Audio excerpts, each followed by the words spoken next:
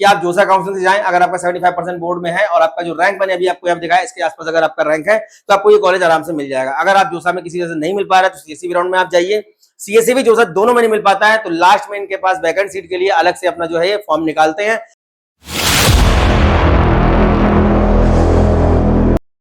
बच्चों आज की वीडियो में बात करने वाले हैं गति शक्ति विश्वविद्यालय बड़ोदरा के बारे में। ये कॉलेज आपका 2018 में ओपन किया गया था। इसका नाम पहले था नेशनल रेलवे ट्रांसपोर्टेशन इंस्टीट्यूट और 2022 में इसका नाम चेंज किया गया। उसके बाद इसको हम लोग जानते हैं गति शक्ति विश्वविद्यालय बड़ोदरा के नाम से। और ये कॉलेज मिलता है जोसा काउंसिलिंग से, जीएफटीआई की लिस्ट में भी आपका ये कॉलेज है।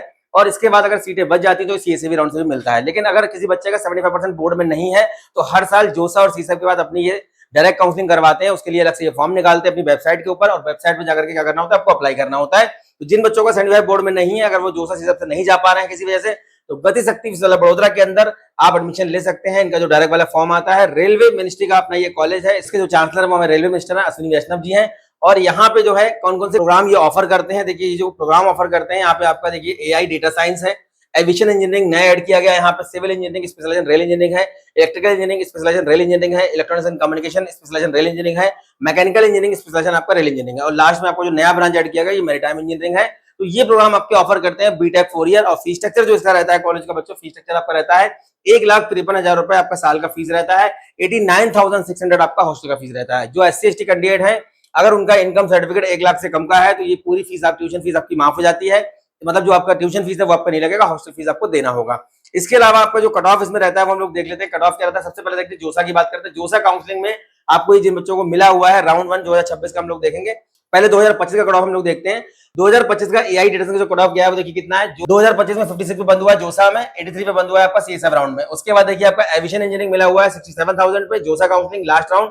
और यहाँ पे देखिए आपका 1,05,000 तक सीएसएफ में मिला हुआ है। इसके बाद आपका जो सिविल इंजीनियरिंग ब्रांच है यहाँ पे देखिए 89,000 और 2,12,000 पे मिला हुआ है सीएससी राउंड में। इसके अलावा देखिए आपका इलेक्ट्रॉनिक्स एंड कम्युनिकेशन जो ब्रांच है 65,000 जोसा लास्ट राउंड और 1,08,000 मिला हुआ है सीएससी के लास्ट राउंड में। उसके बाद देखिए आपका मैकेनिकल इंजीनियरिंग ये आपका 78,000 में बंद हुआ है जोसा काउंसलिंग में, 1,57,000 में बंद हुआ है आपका सीसब राउंड में।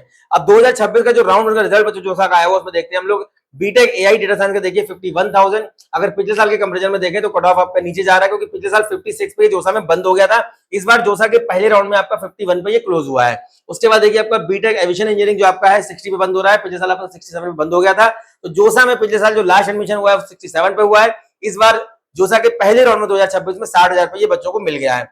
बीटेक सिविल इंजीनियरिंग देखिए पिछले साल आपका बंद हुआ है यहाँ पे 89,000 पे और इस बार पहले ही राउंड में 76,000 में देखिए आपको मिला हुआ है। उसके बाद आपका इलेक्ट्रिकल इंजीनियरिंग 63,000 में मिला हुआ है जो कि फर्स्ट राउंड में पिछले साल 76 पे बंद हो गया था। उसके बाद देखिए इलेक्ट्रॉनिक्स एंड कम्युनिकेशन जो कि पिछले साल आपका 65 पे बंद हुआ था। इस बार आपका इलेक्ट्रॉनिक्स एंड कम्युनिकेशन पहले राउंड में 5,996 मिला हुआ है। 65,996 आपका पहले राउंड में मिला हुआ 2026 में। उसके बाद देखिए आपका जो नया ब्रांच यहाँ पे ऐड हुआ है मैरीटाइम इंजीनियरिंग, यहाँ पे देखिए 76,000 में बंद हो रहा है आपका पहले राउंड में। तो ये बच्चों आपका जोसा और सीसब का कट ऑफ है। ये हमारी जो स्कॉलरशिप यहाँ पे रहती है कैटेगरी ए में देखिए फैमिली इनकम जिन बच्चों का 1 लाख के अंदर है उनकी पूरी ट्यूशन फीस माफ हो जाती है।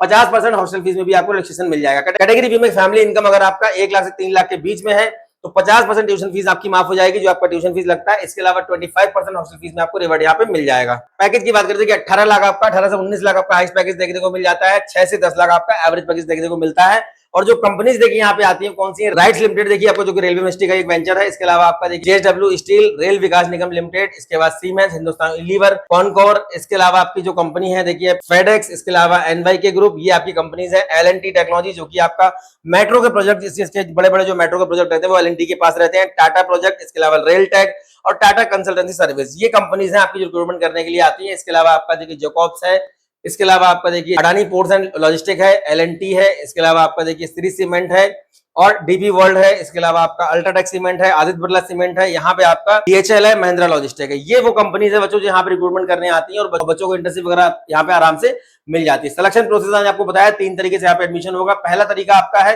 कि आप जोसा काउंसिलिंग से जाएं। अगर आपका 75% बोर्ड में है और आपका जो रैंक मैंने अभी आपको यहाँ दिखाया इसके आसपास अगर आपका रैंक है तो आपको ये कॉलेज आराम से मिल जाएगा। अगर आप जोसा में किसी वजह से नहीं मिल पा रहा है तो सीएससी राउंड में आप जाइए। सीएससी भी जोसा दोनों में नहीं मिल पाता है तो लास्ट में इनके पास वैकेंट सीट के लिए अलग से अपना जो है ये फॉर्म निकालते हैं।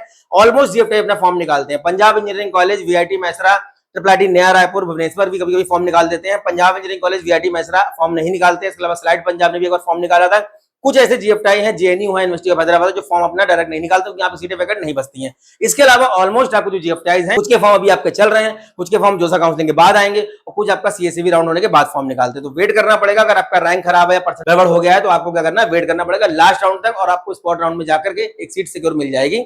जितने भी ऐसे बच्चे हैं जो रेल इंजीनियरिंग स्पेशलाइजेशन में इंटरेस्ट रखते हैं, गतिशक्ति विश्वविद्यालय के लिए बेहतर कॉलेज हो सकता है और बहुत बढ़िया प्लेसमेंट यहाँ से देखने को मिल जाता है। सेंट्रल गवर्नमेंट का कॉलेज है, मिनिस्ट्री ऑफ रेलवे को कोऑर्डिनेट करता है। अगर इस कॉलेज में आप जाना चाहते हैं तो आप जोसा काउंसलिंग अगर आपने फिल कर रखा होगा तो डेफिनेटली आपको लास्ट राउंड तक मिलेगा, अगर आपका रैंक 1 से 1.5 लाख के अंदर है तो।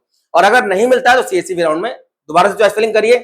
जब सीएसईबी की चॉइस फिलिंग चल रही होगी तो बताएंगे किस तरीके से आपको चॉइस फिलिंग करना है। तो उम्मीद करता हूं जो इन्फॉर्मेशन पर प्रोवाइड कर रहा हूं कहीं ना कहीं आपके काम आती होगी। नेक्स्ट वीडियो में मिलेंगे अच्छे टॉपिक के साथ। धन्यवाद, थैंक यू वेरी मच।